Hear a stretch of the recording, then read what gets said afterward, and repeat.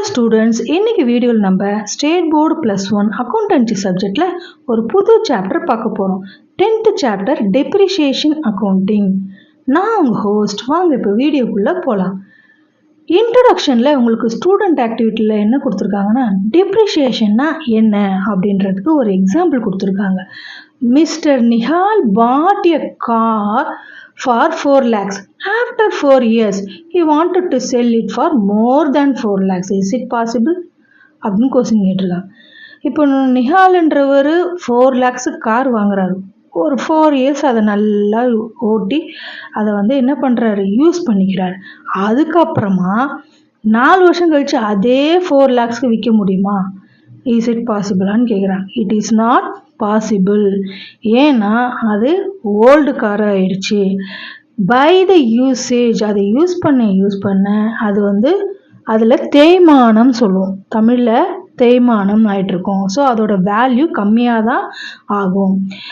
இப்போ நம்ம ப்ராக்டிக்கலாக நம்ம வீட்டுங்கள்லாம் என்ன பண்ணுவோம், இந்த ஃப்ரிட்ஜு, வாஷிங் மிஷினு, மிக்ஸி, கிரைண்டர்லாம் வாங்கின போது உள்ள வேல்யூக்கும் அதை நல்லா யூஸ் பண்ணிவிட்டு ஒரு 4 or 5 years கழிச்சுட்டு அதே வேல்யூக்கு விற்க முடியுமா?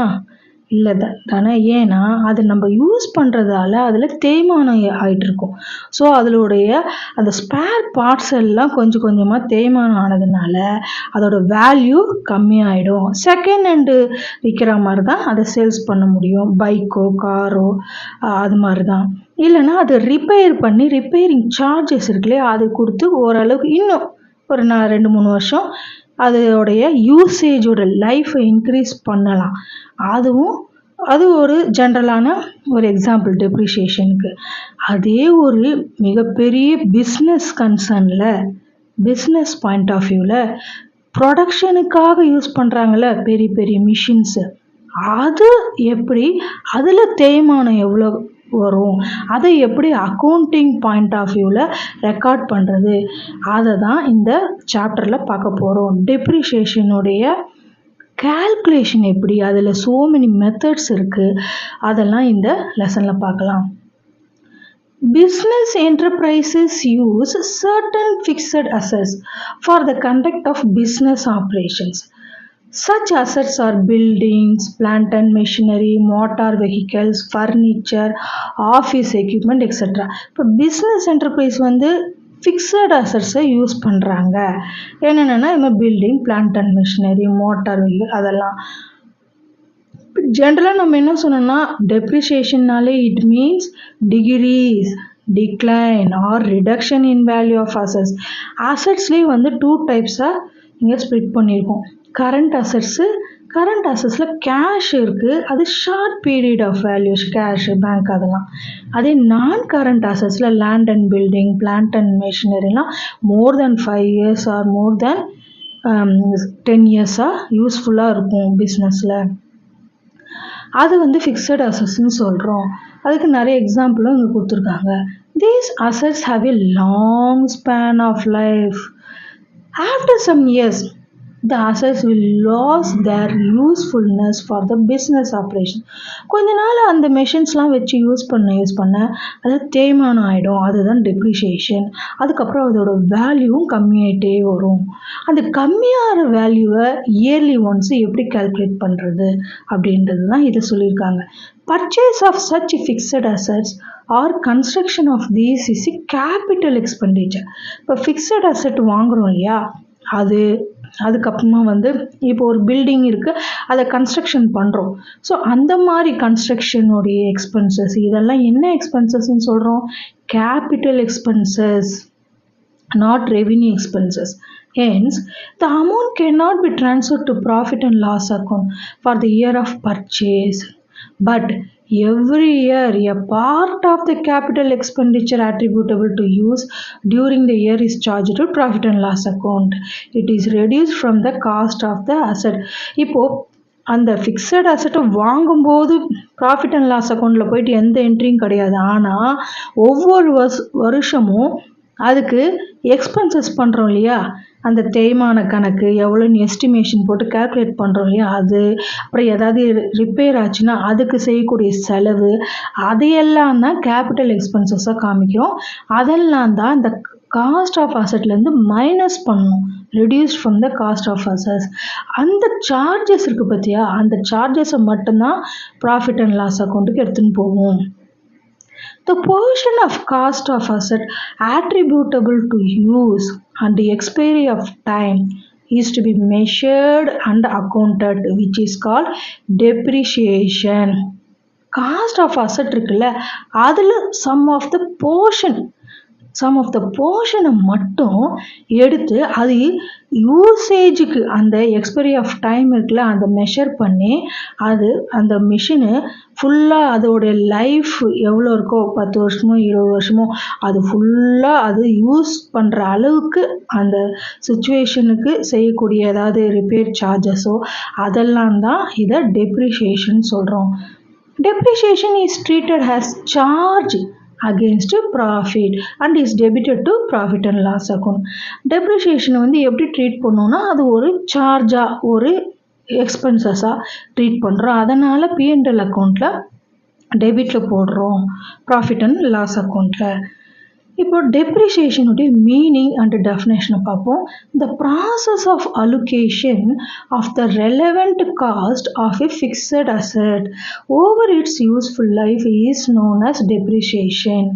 இப்போ இந்த அலோகேஷன் ஆஃப் த ரெலவெண்ட் காஸ்ட்னா என்னதுன்னு பார்க்கலாம். இப்போ பாருங்கள், அலோகேஷன் அப்படின்னா cost of machinery for example ஒரு 5 lakhன்னு வச்சுக்கோங்க. அதில் உங்களுக்கு இப்போ காஸ்ட் ஆஃப் மிஷினரி எவ்வளவு, ஒரு 5 lakh. ஃபிக்ஸட் அசட்டோடைய காஸ்ட்டு ஒரு 5 lakhன்னு வச்சுக்கோங்க. அதில் எப்படி அலோகேட் பண்ணுறது டெப்ரிஷியேஷனை? ஓவர் இட்ஸ் யூஸ்ஃபுல் லைஃப், அதோட லைஃப்பையும் இங்கே கேல்குலேஷன்னு வச்சுக்கணும். எத்தனை வருஷம் அது யூஸ்ஃபுல்லாக இருக்க போகுது அப்படின்றதையும் எடுத்துக்கணும். இப்போ ஃபார் எக்ஸாம்பிள் ஃபஸ்ட் இயரு 5 lakhலேருந்து 80,000, அப்புறம் செகண்ட் இயர் ஒரு 80,000, அது மாதிரி ஒரு 4-5 வருஷம் small portion taken for depreciation, அதை தான் அலோகேஷன் சொல்கிறோம். இப்போ பாருங்கள், உங்களுக்கு டீட்டெயிலாக ஃபஸ்ட் இயர் ஒரு 5 years வரைக்கும் 80 எடுத்துட்டோம்.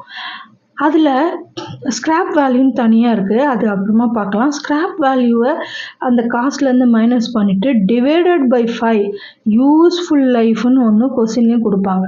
5 years 10 years அதை டிவைட் பண்ணால் உங்களுக்கு இந்த டெப்ரிஷியேஷன் அமௌண்ட்டு கிடைக்கும். இதெல்லாம் கால்குலேஷன் மெத்தடு, டிஃப்ரெண்ட் டைப்ஸ் இருக்குது, அது 1 by 1 பார்த்துடலாம். Next, it is an allocation of cost against the benefit derived from a fixed asset during an accounting period. allocate பண்ணுறாங்களே வருஷம் இப்போ 80,000ன்னு எக்ஸாம்பிளுக்கு, அந்த மாதிரி allocate பண்ணிவிட்டு அதுலேருந்து பெனிஃபிட் எவ்வளோ வருது, எதில் ஃபிக்ஸட் அசட்லேருந்து எவ்வளோ அமௌண்ட் allocate பண்ணி அதில் பெனிஃபிட் எவ்வளோ வருதுன்றது தான் அக்கௌண்டிங் பீரியட் இயர்லி ஒன்ஸு நம்ம கேல்குலேஷனுக்கு எடுத்துக்கணும். According to Spicer and Pegler, depreciation is the measure of exhaustion of the effective life of an asset from any cost during a given period. இது வந்து ஒரு measurement of exhaustion of the effective life of an அசட்னு சொல்கிறாங்க ஸ்பைசர் and பெக்லர். இது எப்படின்னு பாருங்கள். Exhaustion அப்படின்னா என்ன உங்களுக்கு மீனிங்னா லாஸ் ஆஃப் ஸ்ட்ரென்த். இப்போ ஒரு மெஷினரினா வாங்கின புதுசில் ஒரு ஃபஸ்ட்டு ஒரு 4 or 5 years ஒர்க் பண்ண மாதிரி அடுத்தடுத்து வரக்கூடிய வருஷங்களில் அதால் எஃபெக்டிவான ரிசல்ட் கொடுக்க முடியாது, ப்ரொடக்ஷன் அதே அளவு கொடுக்க முடியாது, கொஞ்சம் ஸ்லைட் சேஞ்சஸ் இருக்கும். ஏதாவது சின்னதாக ஒரு சர்வீஸ் பண்ண வேண்டியதாக இருக்கும். இப்போ நம்ம எக்ஸாம்பிள் ஒரு 2 wheeler வச்சுக்கோங்களேன், காரோ 2 wheeler நம்ம வந்து இயர்லி ஒன்ஸோ இல்லை 6 months ஒன்ஸோ சர்வீஸ் வாட்டர் வாஷோ இல்லை சர்வீஸோ கொடுக்குறோம் இல்லையா, அப்போ தானே ஒரு நல்ல ஒரு வண்டியை ஓட்டுறதுக்கும் சரி ஒரு கம்ஃபர்டபுளாகவும் இருக்கும். ஸோ அந்த மாதிரி மெஷின்ஸுக்கும் ஓரளவுக்கு அந்த ரிப்பேரிங் சார்ஜஸ்ஸு சர்வீஸ் சார்ஜஸ்லாம் வந்து எக்ஸ்பென்சஸ் ஆகும். அதெல்லாம் தான் இங்கே டெப்ரிஷியேஷனில் கொண்டு வரணும். Depreciation is the measure of exhaustion of the effective life of an asset from any cost during given பீரியட்லேருந்து கொடுத்துருக்க பீரியட்லேருந்து எவ்வளோ லாஸ் ஆச்சு அந்த எஃபெக்டிவ் அந்த லைஃப்குள்ளே அந்த 5 yearsக்குள்ளே அப்படின்றத என்ன காசு என்ன ரீசன் இது எல்லாமே சேர்ந்தது தான் அதுக்கப்புறமா தான் டெப்ரிஷியேஷன் கால்குலேஷனுக்கு கொண்டு வரணும். அதை எஸ்டிமேஷன் போட்டு டிஃப்ரெண்ட் டைப்ஸ் இருக்குது, அதில் எந்த மெத்தட் யூஸ் பண்ணுறோமோ அந்த மெத்தட் யூஸ் பண்ணி நம்ம அக்கௌண்டிங் டேர்ம்ஸில் ரெக்கார்ட் பண்ணணும். According to R.N. Carter, depreciation is a gradual and permanent decrease in the value of an asset from any cause. இப்போ டெப்ரிசியேஷன்றது கிராஜுவல்னா திடீர்னு அதிகமாகிறது திடீர்னு கம்மியாகிறது அப்படிலாம் இல்லை. கிராஜுவலாக லைட்டாக இன்க்ரீஸ் லைட்டாக டிக்ரீஸ் அந்த மாதிரி. ரொம்பவும் அதிகமாக இல்லை ரொம்பவும் கம்மியாக இல்லை. அதே மாதிரி பர்மனண்ட்டான டிக்ரீஸும் இருக்கும். கொஞ்சம் கொஞ்சமாக தேய்மானமும் இருக்கும் அந்த அசட்டுடைய வேல்யூவில். ஏதாவது ஒரு காரணம் எனி ரீசன்னா ஸோ மெனி ரீசன். கண்டினியூஸ் யூசேஜாக இருக்கலாம் இல்லையா, தொடர்ந்து யூஸ் பண்ணுறோம் ஒரு மிஷின்ஸை, அப்போ தேய்மானம் நடக்க தானே செய்யும். அதுக்கப்புறமா நிறைய நேச்சுரல் கெலாமிட்டிஸ் இருக்குது. அது மாதிரி நிறைய ரீசன்ஸும் உங்களுக்கு ஃபர்தராக உங்களுக்கு தியரி பாயிண்ட் ஆஃப் வியூ வருது, அதில் பார்க்கலாம். Useful life of an asset. இப்போ அசட்டோடைய யூஸ்ஃபுல் லைஃப்னா என்ன அப்படின்னு பார்க்கலாம். Useful life is a period over which an asset is expected to be available for use by an enterprise, or the number of production or similar units expected to be obtained from the asset by an enterprise. Useful லைஃப்னா என்னது, ஒரு asset வந்து ஒரு 5 வருஷத்துக்கோ இல்லை 10 வருஷத்துக்கோ work பண்ணுது. Number of production எவ்வளோ இருக்குது, சிமிலர் யூனிட்ஸே கொடுக்குதா. ஸ்டார்டிங்கில் ஃபஸ்ட் இயரில் ஒரு 1000 யூனிட் கொடுத்ததுன்னா 5ஆவது வருஷமும் அதே 1000 யூனிட் கொடுக்குதா அப்படின்றத அப்டைன் பண்ணுவாங்க. அந்த அசட்டு யூஸ் பண்ணி ஃபஸ்ட் இயர் ப்ரொடக்ஷனுக்கும் 5ஆவது வருஷம் 6ஆவது வருஷம் ப்ரொடக்ஷனுக்கும் ஈக்குவலாக இருக்கா, இல்லைன்னா அதில் ஏதோ தேய்மானம் இல்லை அது எதாவது சர்வீஸ் பண்ணணும் அப்படின்றத செக் பண்ணி பார்க்கறது தான் அசட்டோடைய யூஸ்ஃபுல் லைஃப்னு சொல்கிறோம். அக்கார்டிங் டு இந்தியன் அக்கௌண்டிங் ஸ்டாண்டர்ட்ஸில் வந்து AS 10 டெப்ரிசியேஷன் என்ன சொல்லியிருக்காங்கன்னா, systematic allocation of the depreciable amount of an asset over its useful life. The depreciable amount of an asset is the cost of an asset or other amount substituted for cost less its residual value. இப்போ நம்ம பார்த்தோம்ல systematic allocation. இப்போ for example systematic அலோகேஷனா இதுக்கு பேர் fixed அப்படின்வாங்க. Fixed இல்லைன்னா original cost method, straight line method, அந்த மாதிரி ஃபஸ்ட்டு மெத்தட் இருக்குது. இப்போ ஒரு அமௌண்ட்னா 80,000னா எல்லா வருஷமும் 5 வருஷமும் 80,000 தான் டெப்ரிசியேஷன் அமௌண்ட். அதே மாதிரி நெக்ஸ்ட் மெத்தடில் ரிட்டர்ன் டவுன் வேல்யூ மெத்தட், அது கொஞ்சம் டிஃபர் ஆகும் ஒவ்வொரு இயருக்கும். இப்போ ரிட்டர்ன் டவுன் வேல்யூ மெத்தட்னா ஃபஸ்ட் இயர் 10,000 டெப்ரிசியேஷன்னா அதுக்கு அடுத்த வருஷம் செகண்ட் இயர் வந்து 9,000 தான் வரும். கிடைக்கக்கூடிய அமௌண்ட்டில் 10% கிடைக்கும். அதுக்கப்புறமா தேர்ட் இயர் வந்து 8,100 தான். இது டிகிரீஸ் ஆகினே இருக்கும், நாட் ஃபிக்ஸடு. ஸோ அந்த மாதிரி ஒவ்வொரு டிஃப்ரெண்ட் டைப்ஸ் ஆஃப் மெத்தட் இருக்குது. அந்த மெத்தட் பிரகாரமே நம்ம டெப்ரிசியேஷனை கால்குலேட் பண்ணலாம். மோரல்லஸ் கம்பெனியில் வந்து ரிட்டர்ன் டவுன் வேல்யூ மெத்தட் தான் கால்குலேஷன் எடுத்துப்பாங்க. டெப்ரிஷியபிள் அசட்ஸ்னால் என்ன?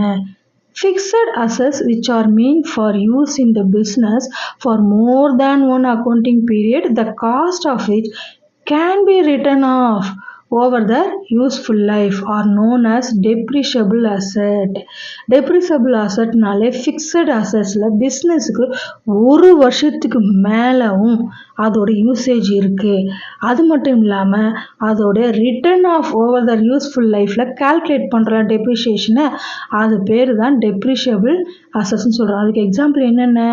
buildings, machinery, vehicles, furniture, computers and office equipment are example of depreciable fixed assets. These assets have limited useful life. They are meant for use in the business for production or supply of goods or for administrative purposes. They are not meant for resale. இது ரீசேல்காக வாங்குறது இல்லை, production இது use பண்ணி production பண்ணுறதுக்கோ இல்லை supply பண்ணுறதுக்கோ, கூட்ஸை production பண்ண கூட்ஸை supply பண்ணுறதுக்கோ இல்லை அட்மினிஸ்ட்ரேஷன் பர்பஸுக்கோ வாங்குறாங்க இல்லையா, ஃபர்னிச்சர்ஸு மெஷின்ஸ்லாம், அதை தான் டெப்ரிஷியபிள் அசட்டாக சொல்கிறோம். ஓகே ஸ்டூடெண்ட்ஸ், இந்த வீடியோ உங்களுக்கு பிடிச்சிருந்தா லைக், ஷேர், சப்ஸ்கிரைப் பண்ணுங்கள். இதோட கண்டினியூஷனை நெக்ஸ்ட் வீடியோவில் பார்க்கலாம். தேங்க்யூ.